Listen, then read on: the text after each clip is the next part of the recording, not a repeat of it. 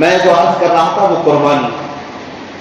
آپ میں سے یہ بتاؤ کون ام سلمہ کی اولاد جیسی اور اپنے شوہر جیسی قربانیوں کو پہنچ سکتا ہے؟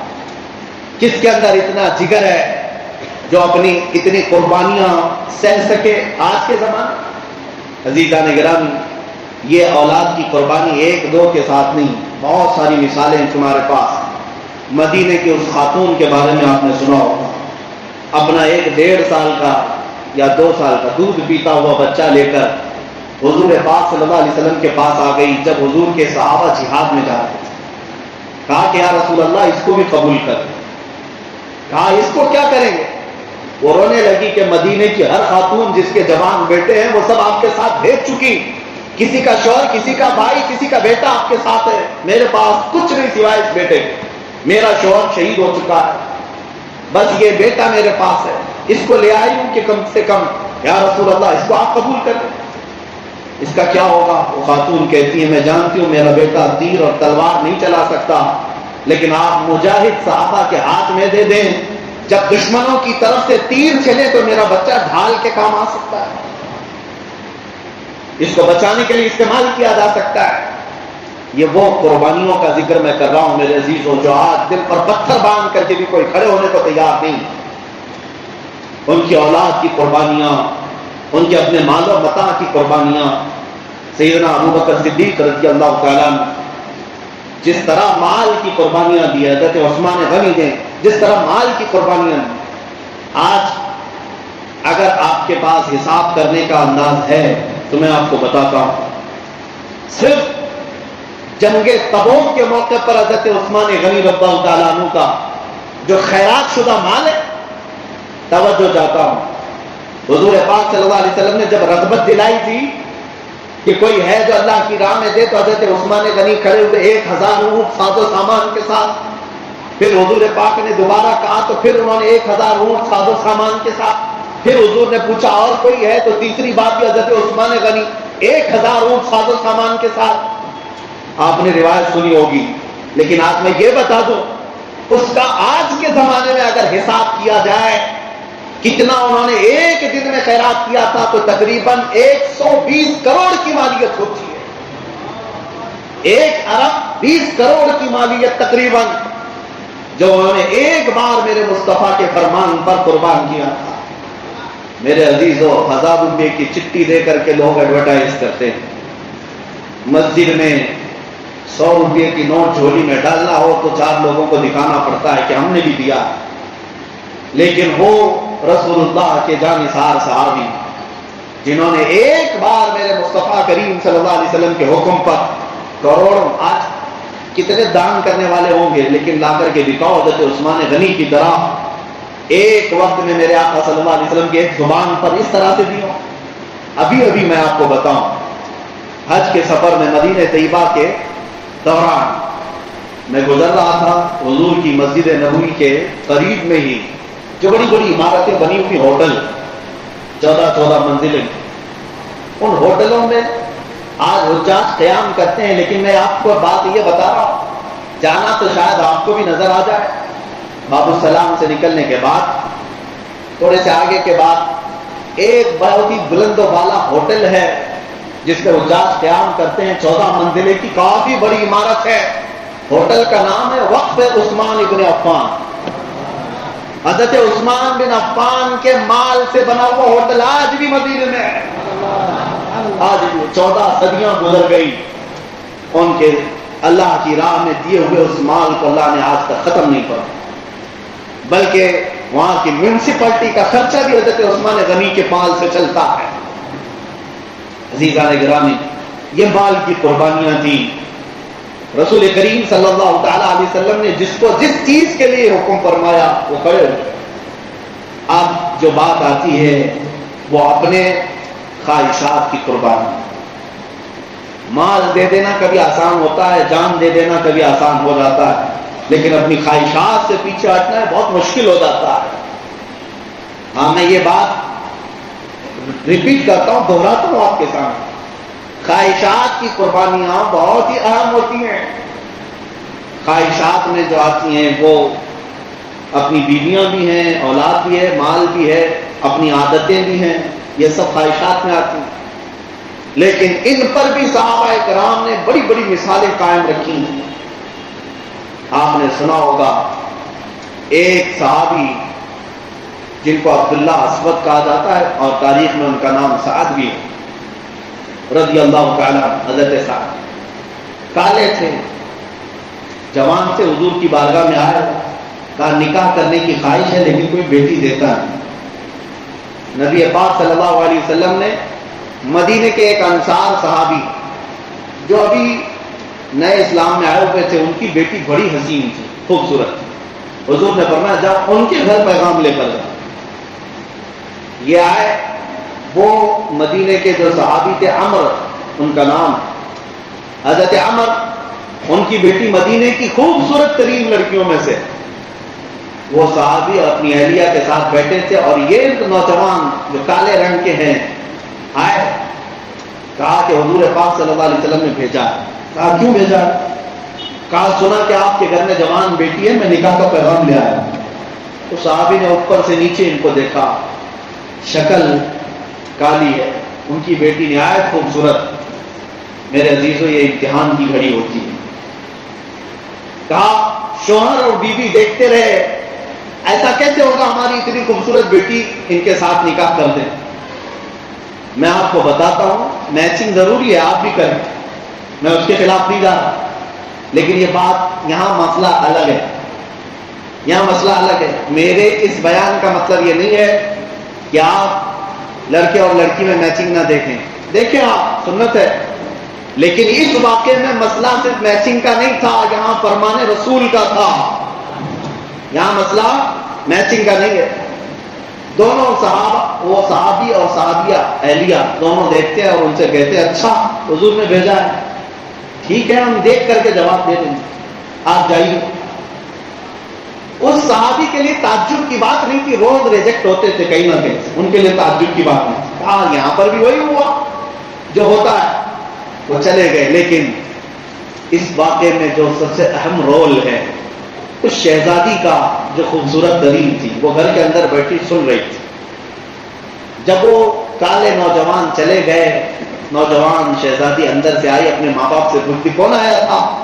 کہا بیٹی کوئی آیا، کہا میں نے سن لیا ہے اندر سے، کوئی آیا تھا میرے نکاح کا پیغام لے کر کے حضور کے دربار سے۔ ماں اور باپ سہم گئے، کہا اچھا تو نے سن لیا؟ کہا میں نے سنا۔ آپ نے جواب کیا دیا؟ کہا دیکھتی نہیں بیٹا وہ تیرے میچ کا ہے، تیرے برابر کا ہے، اس کی شکل برابر تیرے سے ملتی نہیں ہے۔ کہا پھر کیا سوچا آپ نے؟ حضور سے جا کر کے بات کریں گے۔ وہ دوشیزہ، وہ نوجوان شہزادی رونے لگ گئی، کہا مجھے اللہ کے عذاب سے ڈر لگتا ہے کہ میرے والد ہے، میری والدہ، آپ نے کیا کیا آج آپ کو اندازہ ہے؟ آپ نے صرف آنے والے کا رنگ دیا دیکھا، بھیجنے والے کا رنگ نہیں دیکھا۔ کس نے بھیجا تھا یہ آپ نے نہیں دیکھا۔ قسم رب ذوالجلال کی، اگر رسول اللہ نے اس کو بھیجا ہے تو زندگی بھر میں اس کی نوکرانی بن کر رہنے کو تیار، اس لیے کہ میرے آقا کی طرف سے ہے۔ یہ ہے خواہشات کی قربانی میرے نبی کے نام پر، خواہشات کی قربانی۔ کون سی خوبصورت لڑکی نہیں چاہتی کہ اس کا شوہر اچھا خاصا ہو، لیکن اس لڑکی کے دل سے اگر خواہشات ختم ہوئی تو صرف رسول اللہ کی رضا کے۔ اب ماں اور باپ دونوں نے اپنی بیٹی کی بات سنی تو دوڑتے ہوئے مسجد نبوی کی طرف گئے، جبکہ رسول کریم صلی اللہ تعالی علیہ وسلم کے پاس وہ صحابی پہلے سے جا کر سنا رہے تھے کہ میں گیا تھا، میں نے بات رکھی لیکن انہوں نے ٹال مٹول کیا۔ اللہ کے حبیب صلی اللہ علیہ وسلم ابھی ان کی بات سن رہے تھے کہ پیچھے سے دوڑتے ہوئے یہ ماں باپ بھی آ گئے لڑکی کے۔ یا رسول اللہ معاف فرما دیں، خطا ہو گئی، آپ کے فرمان پر عمل کرنے میں تاخیر ہو گئی، ہماری بچی نے ہمیں بتا دیا، ہم معافی چاہتے ہیں اے اللہ کے نبی، ہم راضی ہیں اس پیغام سے، ہم اپنی بیٹی اس نوجوان کو دینے کے لیے تیار ہیں۔ اللہ کے رسول صلی اللہ تعالیٰ علیہ وسلم نے ان کی خطا معاف فرمائی، اور مسجد نبوی میں میرے آقا صلی اللہ تعالیٰ علیہ وسلم نے نکاح کا یہ جشن رکھا، نکاح کا مسئلہ وہیں طے ہونا تھا۔ لیکن یہ وہ دن تھا جب اللہ کے حبیب صلی اللہ علیہ وسلم کو جنگ احد کے لیے رات کو نکلنا، جنگ میں جانا تھا۔ نبی پاک صلی اللہ تعالی علیہ وسلم نے حضرت عبداللہ جن کو سعد کہا گیا، ان کے پاس مال دیا، کچھ صحابہ سے لے کر کے حضور نے ان کو مال دیا تھا شادی کا سامان لے لو، تجھے آج گھر بسانا ہے، پیسے تو تھے نہیں، مال تھا نہیں، کہا شادی کا جہیز خرید کر کے لا، تو اپنی بیوی کو کہاں رکھے گا؟ یہ خوشی خوشی گئے اور جہیز کا سامان خریدنے کے لیے بازار میں گئے تو وہاں ایک منادی اعلان کر رہا تھا، اے مسلمانوں، اللہ کے نبی صلی اللہ علیہ وسلم جہاد کے لیے نکل رہے ہیں، مشرکین نے حملہ کیا ہے، تم میں سے کون ہے جو نبی پاک کے شانہ بشانہ کھڑا ہو جائے؟ حضور کے ساتھ کون جانے کو تیار ہے؟ یہی عبداللہ جو جہیز خریدنے کے لیے گئے تھے، اب جا کر گھوڑا خریدتے اور تلوار خرید رہے ہیں، بھالا خرید رہے ہیں، نیزہ خرید رہے ہیں، لوہے کا لباس خریدا، پورے کے پورے پیسے جنگی سامان میں لگا دیا۔ آج شادی ہونی ہے، ارے کچھ تو بچا کر کے رکھتے، جنگ میں جا کر کے واپس آؤں گا تو پھر شادی بھی تو کرنی ہے، نہیں، جنگ میں جا رہے ہیں۔ یہ صحابہ کی عادت تھی، وہ یہ نیت لے کر نہیں جاتے کہ واپس آئیں گے تو یہ کرنا ہے، یہ نیت لے کر کے جاتے کہ شہادت ہوگی تو اللہ سے ملاقات کرنا۔ جنگی سامان خرید لیا اور وہیں سے پہن کر کے آئے۔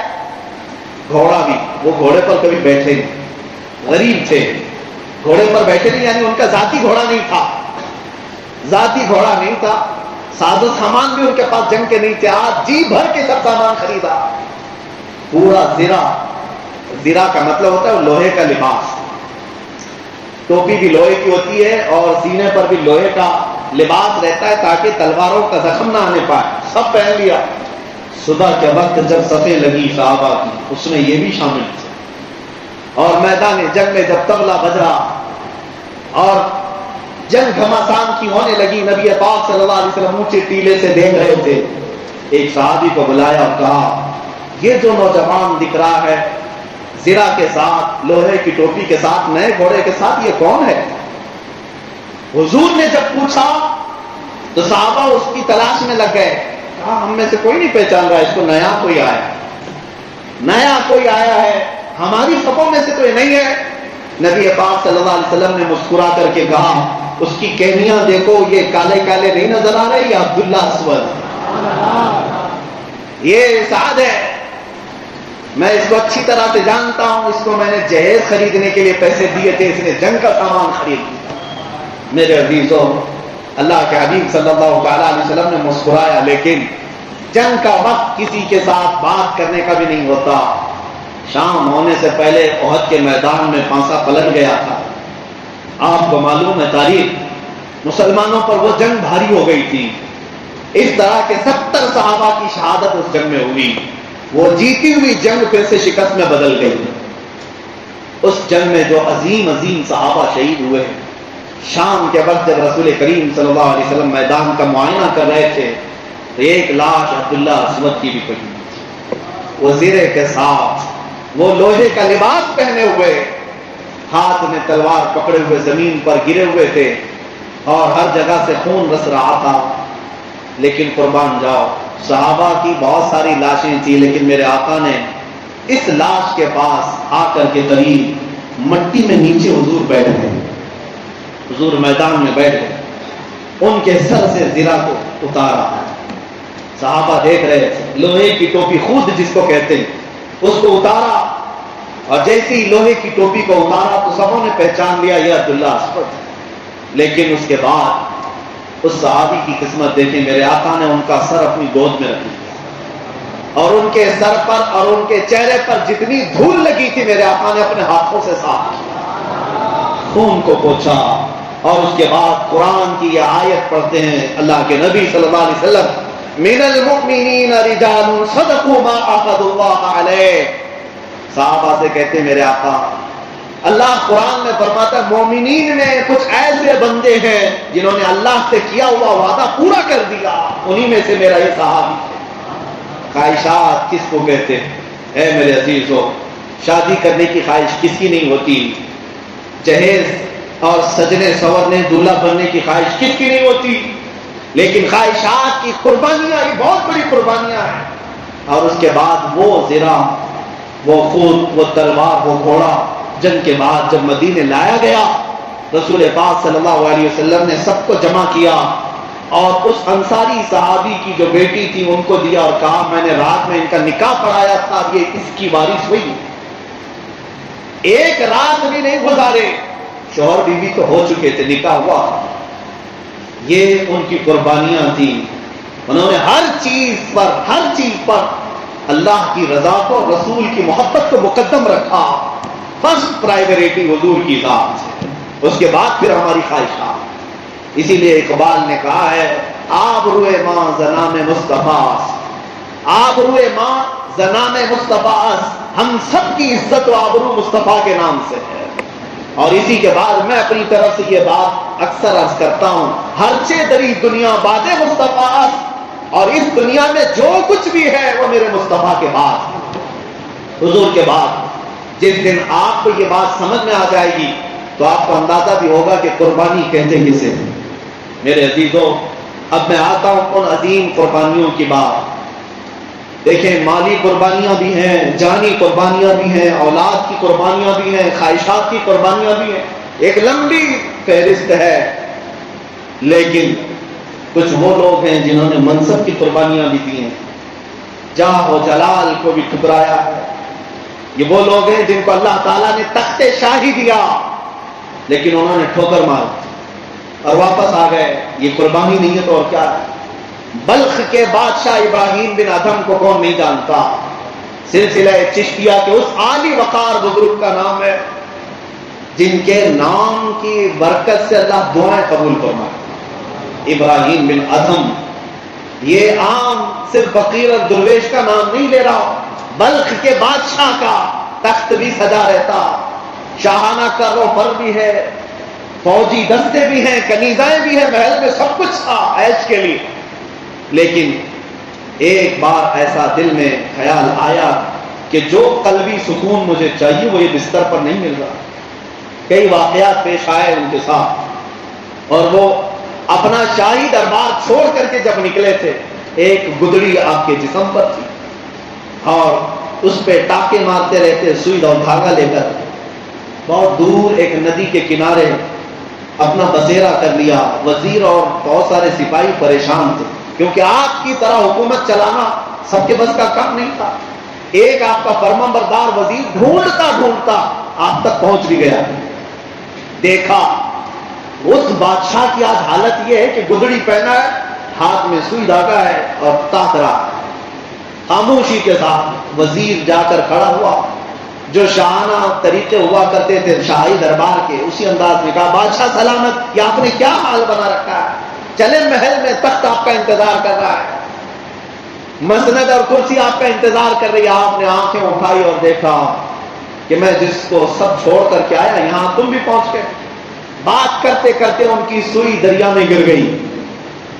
کہا کہ تم میرے بڑے فرما بردار ہو، تم میرے وزیر ہو، سپاہی ہو، وفادار ہو؟ کہا بالکل، میں آپ کا وفادار ہوں، سچا ہوں آپ کا، اس لیے تو یہاں تک آیا۔ ابراہیم بن ادھم نے کہا اگر تم میرا سچا وفادار ہے، دیکھ میری سوئی دریا میں گری ہے، لے کر آ جا۔ وہ ڈھونڈ کر لیا۔ کہا اتنا بڑا سمندر اور آپ کی اتنی چھوٹی سوئی، میں کیسے ڈھونڈ سکتا ہوں؟ کہا تو نہیں لا سکے گا۔ پھر ابراہیم بن ادھم نے سمندر کی طرف، دریا کی طرف دیکھ کر کہا اے اللہ کی مخلوق، میں نے دنیا سب ترک کر دیا ہے اس رحمان کے لیے، کیا میری ایک چھوٹی سوئی کوئی مچھلی لا سکتی ہے؟ تاریخ میں موجود ہے ہزاروں مچھلیاں اپنے منہ میں سونے اور چاندی کی سوئیاں لے کر باہر آئیں۔ ابراہیم بن ادھم نے سب کی طرف دیکھا اور کہا نہیں، میری وہی والی سوئی چاہیے جو میں اپنے گاؤں سے لے کر چلا تھا، مجھے یہ سونے اور چاندی کی سوئیوں کی کوئی ضرورت نہیں۔ ایک مچھلی کے منہ میں وہ ان کی پرانی والی سوئی تھی، وہ آپ نے اس کو نکال لی۔ میں آپ کو بتاتا ہوں، پھر ابراہیم بن ادھم نے اس وزیر کی طرف دیکھ کر کے کہا دیکھ وہ تخت اچھا تھا کہ یہ تخت اچھا ہے؟ ہم نے اللہ کے لیے کسی چیز کو چھوڑا ہے تو رب تعالیٰ نے ساری مخلوق کو ہمارا تابع بنایا۔ قربانی دینے کے بعد یہ مت سمجھو کہ سب لٹ جائے گا، پلس ہو کر کے ملنا اللہ کی بارگاہ۔ اسی لیے کہا گیا ہے میرے عزیزو، قتل حسین اصل میں مرگ یزید ہے، اسلام زندہ ہوتا ہے ہر کربلا کے بعد۔ اس خون حسین کو رائے گاہ نہیں جانا ہے۔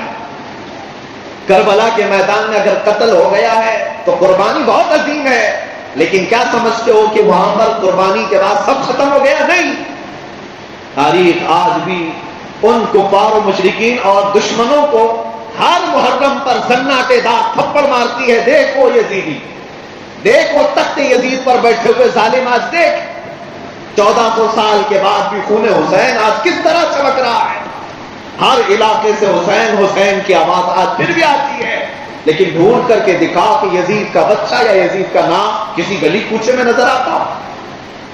اور پھر میں تو پریکٹیکل بتاؤں آپ کو، پریکٹیکل تاج اور تخت سب کچھ جس کے پاس تھا، دمشق کی سرزمین تخت تھی، اس یزید کا شاہانہ کرو پر تھا، صرف ایک حسین سے لڑنے کے لیے جس نے 22,000 کا لشکر بھیجا، سب کچھ تو وہاں تھا۔ لیکن آج جاؤ، آپ کو اگر میسر ہو تو ملک شام دمشق بھی چلے جانا، اور اللہ نے توفیق دی تو عراق کے کربلا میں بھی چلے جانا۔ دمشق جا کر کے، دمشق جا کر کے اچھے اچھوں سے پوچھ لینا، تاریخ میں ہم نے سنا ہے کہ امیر معاویہ کا بیٹا یزید نام کا ایک ظالم تھا، اور اس نے تخت بچھایا تھا۔ کہاں ہے اس کی قبر؟